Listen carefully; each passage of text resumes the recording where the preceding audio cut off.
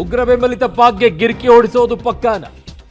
ಪಾಪಿ ಪಾಕಿಸ್ತಾನ ಹುಟ್ಟಡಗಿಸೋಕೆ ಇವತ್ತೇ ದೃಢ ನಿರ್ಧಾರವನ್ನು ತೆಗೆದುಕೊಳ್ಳುತ್ತಾರೆ. ಒಂದರ ಮೇಲೊಂದು ಸಭೆ, ಪಾಕ್ ಮಟಾಶ್ಗೆ ಮುಹೂರ್ತ. ಮೋದಿ ನಿವಾಸದಲ್ಲಿ ನಡೆಯುತ್ತಿದ್ದಂಥ ಮ್ಯಾರಥಾನ್ ಮೀಟಿಂಗ್ ಈಗ ಅಂತ್ಯವಾಗಿದೆ. ಕೇಂದ್ರ ಸಂಪುಟ ಸಭೆ ಬಳಿಕ ಪ್ರಮುಖ ನಾಯಕರೊಂದಿಗೆ ಪ್ರತ್ಯೇಕ ಸಭೆಯನ್ನ ಕೂಡ ಮಾಡ್ತಾ ಇದ್ದಾರೆ ಅನ್ನೋ ಮಾಹಿತಿ ಬರ್ತಾ ಇದೆ. ಪಾಕಿಸ್ತಾನದ ವಿರುದ್ಧ ಪ್ರತೀಕಾರದ ಕ್ರಮದ ಬಗ್ಗೆ ಚರ್ಚೆ ಅಂತಿದ್ದಾರೆ. ಈ ಕ್ರಮದ ಬಗ್ಗೆ ಎಲ್ಲರ ಜೊತೆಗೂ ಅಲ್ಲಿ ಕೂತ್ಕೊಂಡು ಚರ್ಚೆ ಮಾಡಕ್ ಆಗೋದಿಲ್ಲ. ಕೆಲವರ ಜೊತೆಗೆ ಮಾತ್ರ ಚರ್ಚೆ ಮಾಡ್ತಾರೆ. ಅದು ಭದ್ರತೆಯಿಂದ ಹಿತದೃಷ್ಟಿಯಿಂದ CCS ಸಭೆಯಲ್ಲಿ ಮಾತ್ರ ಇರುತ್ತೆ. ಇನ್ನುಳಿದಂಥವ್ರ ಜೊತೆಗೆ ಅದನ್ನೆಲ್ಲ ಹೇಳಲ್ಲ. ಕೆಲವು ಹಿಂಟ್ಗಳನ್ನು ಕೊಟ್ಟಿರ್ತಾರೆ ಅಷ್ಟೇ, ಅದು ಪೂರ್ಣ ಪ್ರಮಾಣದಲ್ಲಿ ಇರೋದಿಲ್ಲ. ಸಂಜೆ 4 ಗಂಟೆಗೆ ತುರ್ತು ಸುದ್ದಿಗೋಷ್ಠಿ ಸಾಧ್ಯತೆ ಇದೆ. ಮೋದಿ ಸರಣಿ ಸಭೆ ಬಳಿಕ ಮಹತ್ವದ ಸುದ್ದಿಗೋಷ್ಠಿ. ಇವತ್ತೇ ಪಾಕ್ ವಿರುದ್ಧ ಘೋಷಣೆ ಆಗುತ್ತಾ ವಾರ್ ಅಂತ ಹೇಳಿ. ಇಡೀ ವಿಶ್ವದ ಚಿತ್ತ ಪ್ರಧಾನಿ ಮೋದಿ ನಿರ್ಧಾರದತ್ತ ಅಂತಿದ್ದಾರೆ. ಯಾವ ರೀತಿಯಾದಂಥ ನಿಲುವನ್ನು ತೆಗೆದುಕೊಳ್ಳುತ್ತೆ ಕೇಂದ್ರ, ಪಾಕಿಸ್ತಾನಕ್ಕೆ ಯಾವ ರೀತಿಯಾದಂಥ ಬುದ್ಧಿಯನ್ನು ಕಲಿಸುತ್ತೆ. ರಫೇಲ್ ಮಿರಾಜ್ 2000 ನಂತಹ ಅತ್ಯಾಧುನಿಕ ಯುದ್ಧ ವಿಮಾನಗಳ ಬಳಕೆಯನ್ನು ಮಾಡ್ಕೊಳ್ಳೋಕ್ಕೆಲ್ಲ ಸಿದ್ಧತೆಯನ್ನು ಮಾಡ್ಕೊಳ್ತಾ ಇದ್ದಾರೆ. ಭಾರತದ ಆಯ್ಕೆ ಒಂದಿದು. ವಾಯುದಾಳಿ, ಪಾಕ್ನ ಪ್ರಮುಖ ಸೇನಾ ನೆಲೆ ಮೇಲೆ ನಿಖರ ವಾಯುದಾಳಿಯನ್ನು ನಡೆಸಬಹುದು.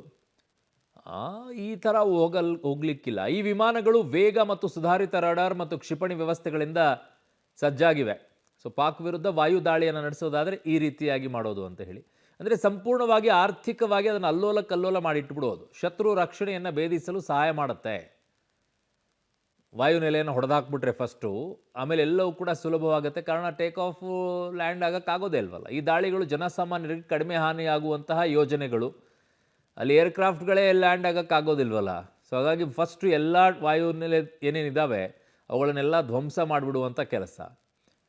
2019 ಬಾಲಾಕೋಟ್ ದಾಳಿ ರೀತಿ ಕಾರ್ಯಾಚರಣೆ ನಡೆಯಬಹುದು ಅಂತಿದ್ದಾರೆ. ನಿಮ್ಮ ಇಮ್ಯಾಜಿನೇಷನ್, ನಿಮ್ಮ ಕಲ್ಪನೆಗೆ ಮೀರಿ ಈ ಬಾರಿ ನಡೀಬಹುದು ಅಂತಿದ್ದಾರೆ. ಉಗ್ರ ಗುಂಪುಗಳ ತರಬೇತಿ ಶಿಬಿರಗಳು, ಮೂಲಸೌಕರ್ಯವನ್ನು ಗುರಿಯಾಗಿಸಬಹುದು. ಲಾಸ್ಟ್ ಟೈಮ್ ಮಾಡಿದ್ದು ಆದರೆ ಏರ್ ಸ್ಟ್ರೈಕಲ್ಲಿ. LOCಯಲ್ಲಿ ಸೀಮಿತ ಆಕ್ರಮಣ ಕಾರ್ಯಾಚರಣೆ ಸಾಧ್ಯತೆ ಇದೆ. ಪಾಸಿಬಿಲಿಟಿ ಯಾವ್ಯಾವ ಸಾಧ್ಯತೆಗಳಿದಾವೆ ಎಲ್ಲವೂ ಕೂಡ. LOCಯಲ್ಲಿ ದಾಳಿ, ಈಗಾಗಲೇ ಅಲ್ಲಿ ಗುಂಡಿನ ಚಕಮಕಿ ನಡೀತಾ ಇದೆ. ಪಾಕ್ ಗುಂಡಿನ ಚಕಮಕಿ ಮಾಡ್ತಾ ಇದೆ. ಅದಕ್ಕೆ ತಕ್ಕಂತೆ ಉತ್ತರವನ್ನು ಕೂಡ ನಾವು ಕೊಡ್ತಾ ಇದ್ದೀವಿ. ಉಗ್ರರ ಒಳನುಸುಳುವಿಕೆಯ ಮಾರ್ಗಗಳನ್ನು ಗುರಿಯಾಗಿಸುವುದು. ಕೆಲವು ಅಲ್ಲಿ ಏನಾಗಿದೆ, ಕೆಲವು ಕಡೆಗಳಲ್ಲಿ ನ್ಯಾಚುರಲ್ ಕ್ಲೇವ್ ಇದ್ದಾವೆ, ಅಂದರೆ ಗುಹೆಗಳಿದ್ದಾವೆ, ಕೇವ್ಗಳೆಲ್ಲ. ಸೊ ಕೆಲವು ಆರ್ಟಿಫಿಷಿಯಲ್ ಆಗಿ ಇರುವಂಥವು ಇದ್ದಾವೆ. ಅವುಗಳನ್ನು ಹೇಗೆ, ಯಾವ ರೀತಿಯಾಗಿ, ಎಲ್ಲಿದ್ದಾವೆ ಅನ್ನೋದೇ ಬಹಳ ಕಷ್ಟ ಅವುಗಳೆಲ್ಲ.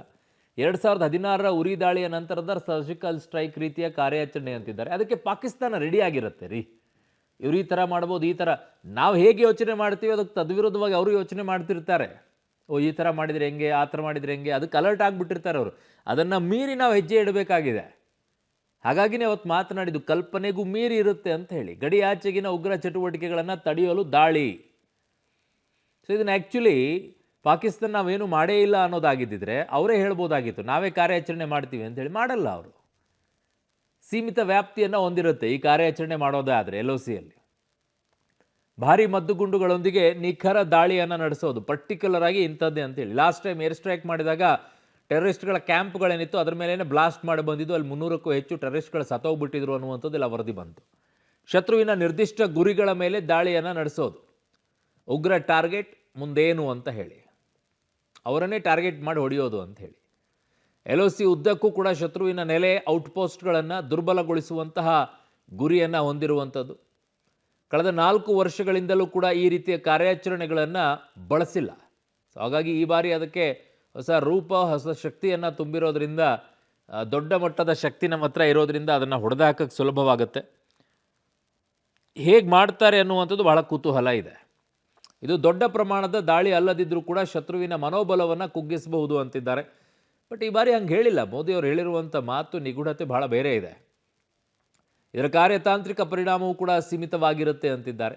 ಉಗ್ರ ನಾಯಕರ ಮೇಲೆ ದಾಳಿ, ಎಲಿಟಿನಂತಹ ಸಂಘಟನೆಗಳ ನಾಯಕತ್ವವನ್ನು ಗುರಿಯಾಗಿಸುವುದು, ಅವರು ಎಲ್ಲಿದ್ದಾರೆ ಅವ್ರನ್ನ ಹೊಡೆಯುವಂಥ ಕೆಲಸ. ಆ ಕೆಲಸವನ್ನು ಈಗ ಆಯಾಯ ದೇಶಗಳಲ್ಲಿ ಯಾರ್ಯಾರೋ ಬರ್ತಾರೆ, ಬೈಕಲ್ಲಿ ಬಂದ್ಬಿಟ್ಟು ಹೊಡೆದು ಹೊಂಟಿದ್ದಾರೆ ಅನ್ನುವಂಥ ಸುದ್ದಿಗಳನ್ನು ಕೇಳ್ತಾ ಇರ್ತೀವಿ. ಭಾಳ ಅಚ್ಚರಿಯಾಗಿರುತ್ತೆ ಅದು. 2019ರಲ್ಲಿ ಬಾಲಾಕೋಟ್ ದಾಳಿಯ ವೇಳೆ LET ಪ್ರಧಾನ ಕಚೇರಿಯನ್ನು ಗುರಿಯಾಗಿಸುವ ಚರ್ಚೆ ಆಗಿತ್ತು, 2019ರಲ್ಲೇ. ಈ ಬಾರಿ ಅದನ್ನೇನಾದರೂ ಟಾರ್ಗೆಟ್ ಮಾಡ್ತಾರಾ? ಅವ್ರು ಅಲರ್ಟ್ ಆಗಿರ್ತಾರೆ, ಏನಾದ್ರು ಸುಮ್ಮನೆ ಕೂತಿರ್ತಾರ. ಅಲ್ಲಿರೋರ್ನೆಲ್ಲ ಕಳಿಸಿರ್ತಾರೆ, ಹೋಗಿ ಟೆಂಟ್ ಮೇಲೆ ಅಷ್ಟೇ ಬಾಂಬ್ ಹಾಕಿ ಬರಬೇಕು. ಇದೀಗ ಪಹಲ್ಗಾಮ್ ದಾಳಿಯ ಗಂಭೀರತೆಯನ್ನು ಪರಿಗಣಿಸಿ ಹೆಜ್ಜೆಯನ್ನು ಇರಬಹುದು ಅಂತಿದ್ದಾರೆ. ನಿರ್ದಿಷ್ಟ ಭಯೋತ್ಪಾದಕ ನಾಯಕರ ಗುರಿಯಾಗಿಸಿ ದಾಳಿ ಸಾಧ್ಯತೆ ಅಂತಿದ್ದಾರೆ. ಎಲ್ಲ ಸಾಧ್ಯತೆಗಳು, ಬಟ್ ಈ ಎಲ್ಲ ಸಾಧ್ಯತೆಗಳನ್ನು ಮೀರಿ ಹೋಗುವಂತಹ ಸಾಧ್ಯತೆಗಳೇ ಅತಿ ಹೆಚ್ಚು ಅಂತ ಹೇಳ್ತಾ ಇದ್ದಾರೆ. ನನ್ನ ಸಹೋದ್ಯೋಗಿ ಶಬೀರ್ ಇದ್ದಾರೆ. ಶಬೀರ್, ಈಗ ಅನೇಕ ರೀತಿಯಾದಂಥ ಯೋಚನೆಗಳನ್ನು ಭಾರತ ಮಾಡಬಹುದು. ಆಯ್ಕೆಗಳು ನಾವು ಹೀಗೆ ಹಾಗೆ, ಆ ಸಾಧ್ಯತೆ ಈ ಸಾಧ್ಯತೆ ಅಂತೆಲ್ಲ ಹೇಳಬಹುದು. ಬಟ್ ಅದೇ ರೀತಿ ಪಾಕಿಸ್ತಾನವೂ ಕೂಡ ಯೋಚನೆ ಮಾಡ್ತಾ ಇರುತ್ತೆ. ಸರ್ಜಿಕಲ್ ಸ್ಟ್ರೈಕ್ ರೀತಿಯಲ್ಲಿ ಮತ್ತೆ ಮಾಡಿದರೆ ಹೆಂಗಿರಬೇಕು, ಏರ್ ಸ್ಟ್ರೈಕ್ ಮಾಡಿದರೆ ಹೆಂಗಿರಬೇಕು, ಯಾವ ರೀತಿ ಆಗಿರಬೇಕು. ಅವರು ಅಲರ್ಟ್ ಆಗಿರ್ತಾರೆ. ಕಳೆದ ಬಾರಿ ಅವರು ಅಲರ್ಟ್ ಆಗಿರಲಿಲ್ಲ, ಬಟ್ ಈ ಬಾರಿ ತುಂಬ ಅಲರ್ಟ್ ಆಗಿರ್ತಾರೆ. ಬಟ್ ಇವೆಲ್ಲವನ್ನ ಮೀರಿ ಈ ಬಾರಿ ದಾಳಿ ನಡೆಯುವಂಥ ಸಾಧ್ಯತೆನೇ ಬಹಳ ದೊಡ್ಡ ಮಟ್ಟದಲ್ಲಿ ಕೇಳಿ ಬರ್ತಾ ಇದೆ ಅಲ್ವಾ ಶಬೀರ್? ಹೌದು. ಮುಖ್ಯವಾಗಿ ನೋಡಿ, ಇಲ್ಲಿ 4 ಆಯ್ಕೆಗಳನ್ನು ಅರುಣ್ ನಾವು ಗಮನಿಸಿದ್ವಿ. ಈ 4 ಆಯ್ಕೆಗಳು ಹೌದು, ಆದರೆ ಇದನ್ನು ಮೀರಿ ಕೂಡ ದಾಳಿ ಮಾಡುವಂಥ ಸಾಧ್ಯತೆಗಳನ್ನು ಕೂಡ ನಾವು ನಿರೀಕ್ಷೆ ಮಾಡ್ಬೋದು ಸಹಜವಾಗಿ. ನೀವು ಆಗಲೇ ಒಂದು ಮಾತು ಹೇಳಿದ್ರಿ, ಪಾಕಿಸ್ತಾನ ಕೂಡ ಸಾಕಷ್ಟು ಎಚ್ಚರಿಕೆಯನ್ನು ವಹಿಸುತ್ತೆ ಅಂತ. ಹೌದು, ಪೊಲೀಸರಿಗಿಂತ ಕಳ್ಳ ಯಾವಾಗಲೂ ಒಂದು ಹೆಜ್ಜೆ ಮುಂದಿರ್ತಾನೆ. ಅದೇ ರೀತಿ ಪಾಕಿಸ್ತಾನವೂ ಕೂಡ ಥಿಂಕ್ ಮಾಡ್ತಾ ಇರುತ್ತೆ, ಭಾರತ ಯಾವ ರೀತಿಯಾದಂತಹ ನಿರ್ಧಾರಗಳನ್ನು ತೆಗೆದುಕೊಳ್ಬೋದು, ಯಾವ್ಯಾವ ಆಯಾಮದಲ್ಲಿ ದಾಳಿಯನ್ನು ಮಾಡಬಹುದು, ಸೊ ಅದಕ್ಕೆ ನಾವು ಹೇಗೆ ಪ್ರಿಕಾಷನ್ಸ್ನ ತಗೋಬೇಕು ಅನ್ನೋದಂಥ ನಿಟ್ಟಿನಲ್ಲಿ ಇದರಲ್ಲಿ ಭಯೋತ್ಪಾದಕ ಗುಂಪುಗಳು ಕೂಡ ಹೊರತಾಗಿಲ್ಲ. ಆದರೆ ಭಾರತ ಈಗಾಗಲೇ ಸಾಕಷ್ಟು ಲೆಕ್ಕಾಚಾರಗಳು ಹಾಕ್ಕೊಂಡಿರುವಂಥದ್ದು ಹಲವು ಆಯಾಮಗಳಲ್ಲಿ ದಾಳಿಗಳನ್ನು ಮಾಡಿದರೆ ಹೇಗೆ ಪರಿಣಾಮಕಾರಿಯಾಗಿರುತ್ತೆ ಅನ್ನುವಂಥದ್ದು. ಏರ್ ಸ್ಟ್ರೈಕ್ನ ಯಾವ ಹಂತದಲ್ಲಿ ಮಾಡ್ಬೋದು, ಹೇಗೆ ಮಾಡ್ಬೋದು, ಮತ್ತು ಅದನ್ನು ಮಾಡಿದರೆ ಟಾರ್ಗೆಟ್ ಯಾರನ್ನು ಮಾಡ್ಬೋದು ಅನ್ನುವಂಥದ್ದು. ಇನ್ನು ಏನು ಡ್ರೋನ್ಗಳನ್ನು ಯೂಸ್ ಮಾಡ್ಕೊಳ್ಳೋದಾಗಿರ್ಬೋದು, ಅಥವಾ ನಿರ್ದಿಷ್ಟವಾದಂಥ ದಾಳಿಗಳನ್ನು ಮಾಡುವಂಥದ್ದಾಗಿರ್ಬೋದು, ಏರ್ ಸ್ಟ್ರೈಕ್ನ ಮಾಡುವಂಥದ್ದಾಗಿರ್ಬೋದು, ಸರ್ಜಿಕಲ್ ಸ್ಟ್ರೈಕು, ಹೀಗೆ ಬೇರೆ ಆಯ್ಕೆಗಳನ್ನು ಇಟ್ಕೊಂಡಿದೆ. ಇದನ್ನು ಇಟ್ಕೊಂಡು ಇದರಲ್ಲೇ ಒಂದಿಷ್ಟು ಸಾಕಷ್ಟು ಬದಲಾವಣೆಯನ್ನು ತರುವಂಥ ಸಾಧ್ಯತೆಗಳನ್ನು ಕೂಡ ನಾವು ನಿರೀಕ್ಷೆ ಮಾಡ್ಬೋದು. ಕಳೆದ 2 ಬಾರಿ, ಒಮ್ಮೆ ಸರ್ಜಿಕಲ್ ಸ್ಟ್ರೈಕ್, ಒಮ್ಮೆ ಏರ್ ಸ್ಟ್ರೈಕ್ ಏನು ಮಾಡಲಾಗಿತ್ತು, ಅದನ್ನೇ ಇಟ್ಕೊಂಡು ಇನ್ನಷ್ಟು ಅದನ್ನು ಅಭಿವೃದ್ಧಿಪಡಿಸಿ, ತಂತ್ರಗಳನ್ನು ಬದಲಿಸಿ, ಬೇರೆ ರೀತಿಯಾದಂಥ ದಾಳಿಯನ್ನು ಮಾಡಲಿಕ್ಕೆ ಒಂದಿಷ್ಟು ಪ್ಲಾನ್ಗಳನ್ನು ಕೂಡ ಮಾಡ್ಕೊಳ್ಬೋದು. ಈಗ ಭಾರತದಲ್ಲಿ ರಾಫೇಲ್ ಮತ್ತು ಮಿರಾಜ್ನಂತಹ ಶಕ್ತಿಶಾಲಿ ವಿಮಾನಗಳಿದ್ದಾವೆ.